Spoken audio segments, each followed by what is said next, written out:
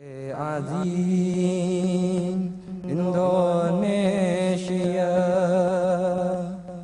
jayalah Indonesia. Azim Indonesia, jayalah Indonesia. Assalamualaikum warahmatullahi wabarakatuh. Indonesia News menjumpai Anda dengan sejumlah informasi dari seluruh pelosok Indonesia. Bersama saya Nasiratul Islam, inilah informasi Indonesia News selengkapnya. Jayalah Indonesia.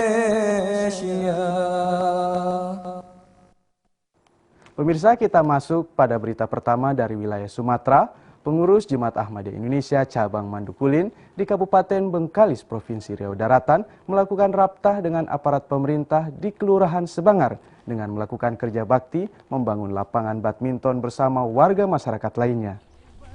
Beberapa waktu yang lalu, Jemaat Ahmadiyah Cabang Mandukulin, Kabupaten Bengkalis, Provinsi Riau Daratan telah mengadakan kerjasama membangun lapangan bulu tangkis yang terletak di kantor Kelurahan Sebangar, Kecamatan Mandau, Kabupaten Bengkalis.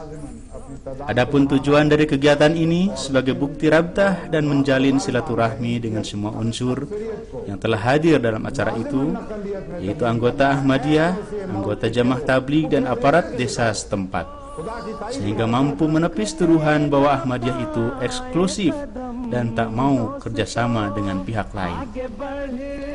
Dalam wawancara dengan kepala desa telah menggarisbawahi bahwa Indonesia itu negara berdasarkan Bhinneka Tunggal Ika, yang berarti berbeda-beda akan tetapi satu jua. Dalam kemasyarakatan, sebagai warga masyarakat harus memahami bahwa ranah ini adalah hablum minannas, yakni hubungan sesama manusia. Dan sebagai kepala desa tidak akan membeda-bedakan yang Kristen, Buddha, Hindu dan Islam. Silahkan untuk urun rembuk membangun desa. Namun dalam peribadatan, ini adalah ranah ilahiyah, sehingga pemerintah desa tidak akan turut campur karena ini adalah hak warga negara yang paling asasi. Kami selaku kepala desa memiliki prinsip yang sama dengan pendiri bangsa ini, bahwa perbedaan ini akan senantiasa indah bila mana dibingkai dalam toleransi, saling menghargai perbedaan, dan tidak melakukan kekerasan hanya karena kebenaran yang dipahami tidak sejalan dengan kebenaran yang orang lain pahami. Dalam wawancara dengan peserta kerja bakti dari Jemaat Tabligh juga mengatakan, kami akan menghargai perbedaan yang ada, yang penting jangan saling mengganggu. Silahkan Jemaat Ahmadiyah untuk melaksanakan keyakinan yang dianutnya. Sungguh bila Bhinneka Tunggal Ika dilaksanakan, maka akan terasa bahwa harmoni dalam perbedaan menjadi sebuah keniscayaan di Republik Indonesia tercinta ini. Semoga hubungan silaturahmi ini tetap terjalin di bumi Sailun Salimbai. Reporter MTA Internasional Programa Indonesia, Maulana Makmun Ahmad melaporkan dari Desa Sebangar, Kecamatan Mandukulin, Kabupaten Bengkalis, Provinsi Riau Daratan, Indonesia. Pada bulan November tahun 2011 silam, alhamdulillah Bapak Deden Sujana, korban Cikesik yang selamat dalam tragedi Cikesik dan disidangkan oleh Pengadilan Serang Banten telah bebas masa tahanan. Inilah berita selengkapnya tragedi Cikesik dari Kota Serang, Banten. Kekerasan atas nama agama terus terjadi di tanah air Indonesia. Salah satunya adalah peristiwa Cikesik. Peristiwa ini berawal dari terjadinya dialog antara Mubalik Ahmadiyah, yaitu Maulana Suparman, bersama para tokoh besar Provinsi Banten dengan undangan yang tidak resmi dan secara tiba-tiba kepada Maulana Suparman, dan berakhir dengan ketidakadilan. Pada hari Minggu tanggal 6 Februari 2011, pukul 7, terjadilah pembantaian di Kampung Pendai Desa Umbulan, Kecamatan Cikesik, Kabupaten Pandeglang, Provinsi Banten, Jawa Barat, oleh kelompok tak dikenal. Penyerangan ini menewaskan 3 korban jiwa dan 5 lainnya luka-luka dari pihak Ahmadiyah. Selain itu, sebuah rumah misi mengalami kerusakan berat, serta 2 kendaraan beroda 4 pun dibakar oleh para penyerang. Penyerang ini mengatasnamakan umat Islam atas ketidakpuasannya terhadap keberadaan Jemaat Ahmadiyah yang mereka anggap sesat di Indonesia. Sejumlah lembaga swadaya masyarakat meminta Komisi Yudisial untuk membantu persidangan para tersangka. Persidangan terhadap para tersangka pada tanggal 21 April 2011 telah diadakan di Pengadilan Negeri Banten ini. Hal tersebut disampaikan oleh Wakil Koordinator Komisi, yaitu Indra Perninda untuk korban tindak kekerasan atau Kontras dalam jumpa pers di kantor Kontras Jakarta Selasa 19 April 2011. Terkait bentrokan itu, Kontras menyatakan bahwa ini merupakan pelanggaran hak asasi manusia terhadap Jemaat Ahmadiyah. Bahwa ini bukan penyerahan. Saksi yang dibawa perlindungan LPSK adalah untuk membantu penyelidikan, mengungkapkan apa yang terjadi di balik semua ini. Persidangan telah berjalan, masuk keputusan pengadilan terhadap para pendakwa. Sebanyak 12 warga yang menjadi terdakwa telah divonis bervariasi antara 3 sampai 6 bulan penjara dipotong masa tahanan. 2 anggota polisi pun terbukti melanggar kode etik, disiplin, dan tidak mengamankan serta mengayomi masyarakat hingga mengakibatkan jatuh korban jiwa. 2 anggota polisi tersebut pun dijatuhi hukuman 21 hari masa penahanan dan mutasi kerja.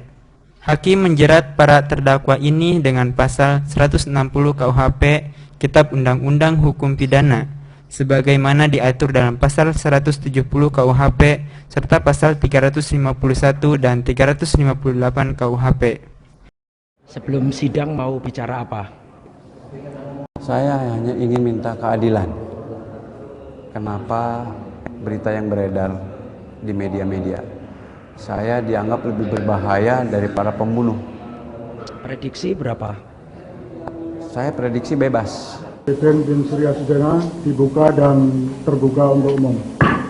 Penuntut umum menuntut supaya Majelis Hakim Pengadilan Negeri Serang menjatuhkan pidana terhadap terdakwa Haji Insinyur Deden Terawan Sudana alias Deden bin Surya Sudana dengan pidana penjara selama 9 bulan. Terdakwa telah mengajukan pembelaan pribadi secara tertulis.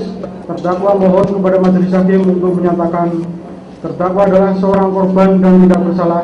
Tim penasihat hukum terdakwa juga telah mengajukan pembelaan berjudul Jangan Adili Korban, yang pada umumnya berpendapat bahwa dakwaan dan tuntutan jaksa penuntut umum terhadap terdakwa tidak terbukti secara sah dan meyakinkan melakukan kejahatan sebagaimana yang didakwakan.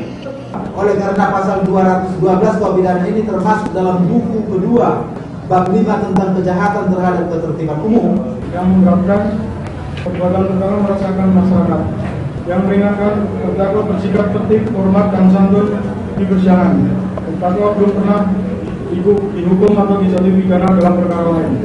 Terdakwa adalah satu-satunya tulang punggung dari keluarganya. Terdakwa merupakan korban yang mengalami luka-luka dalam peristiwa tersebut. Menyatakan terdakwa Haji Insinyur Deden Terawan Sudana telah terbukti secara sah dan meyakinkan bersalah melakukan tindak pidana melawan pejabat dan penganiayaan. Menjatuhkan pidana terhadap terdakwa oleh karena itu dengan pidana penjara selama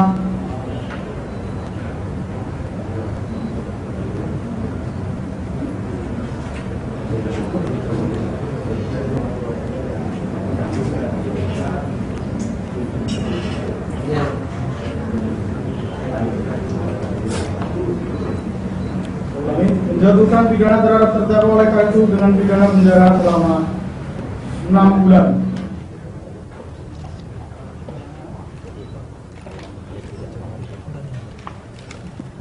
Saya tidak mengerti mengapa pasal 212 yang tidak dituntut oleh JPU digunakan dalam putusan.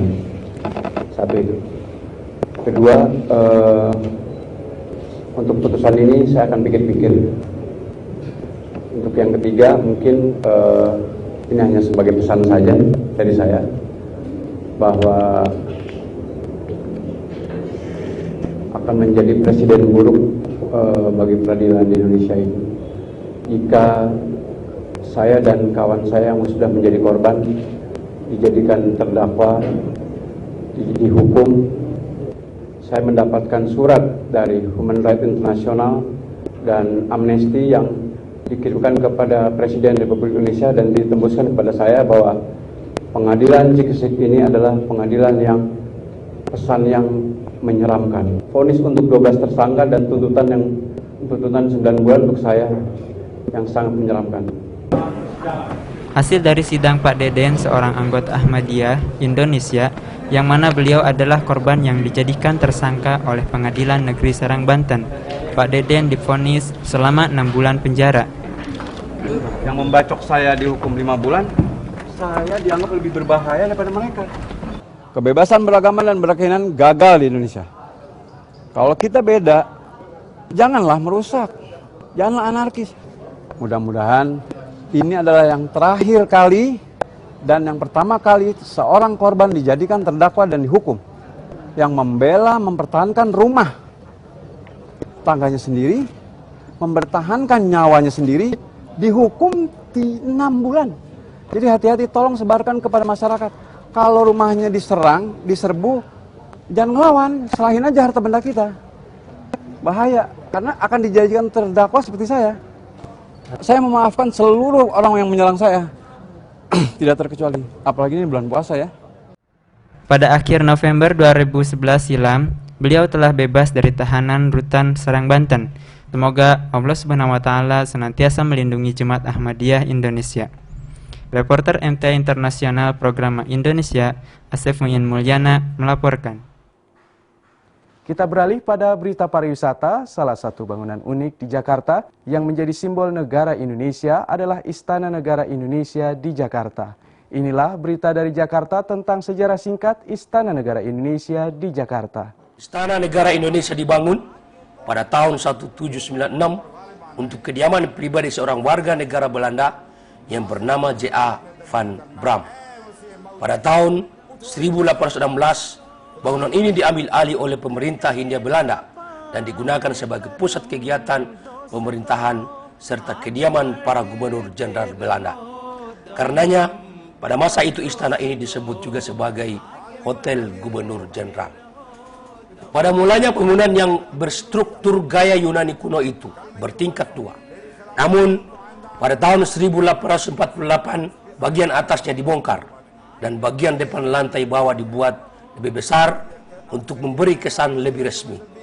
Bentuk bangunan hasil perubahan 1848 inilah yang bertahan sampai sekarang tanpa perubahan yang berarti. Luas bangunan ini lebih kurang 3.700 meter persegi.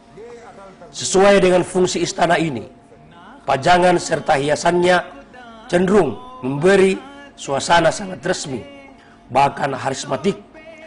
Banyak peristiwa penting terjadi di Istana Negara.